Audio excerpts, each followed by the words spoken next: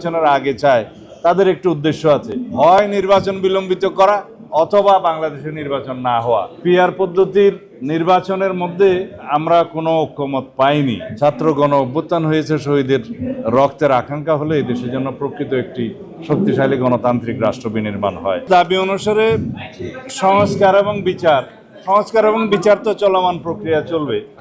PR পদ্ধতিতে নিম্ন কক্ষের অর্থাৎ জাতীয় সংসদের নির্বাচন তারা চায়, সেটা তাদের রাজনৈতিক অবস্থান থেকে, দলের অবস্থান থেকে চাইতেই পারে, কিন্তু বাংলাদেশের বাস্তবতায় এবং ইতিপূর্বে সংস্কার কমিশনে আমাদের সাথে যেভাবে আলোচনা হয়েছে, সেই পিআর পদ্ধতির নির্বাচনের মধ্যে আমরা কোনো ঐক্যমত পাইনি।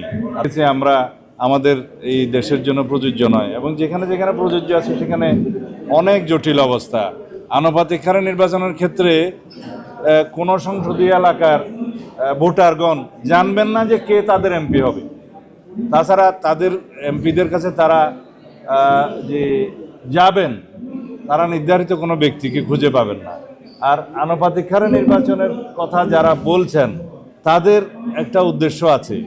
যারা স্থানীয় সরকারের নির্বাচন জাতীয় সংসদের নির্বাচনের আগে চায় তাদের একটি উদ্দেশ্য আছে, হয় নির্বাচন বিলম্বিত করা অথবা বাংলাদেশে নির্বাচন না হওয়া। এটা তাদের উদ্দেশ্য থাকতে পারে।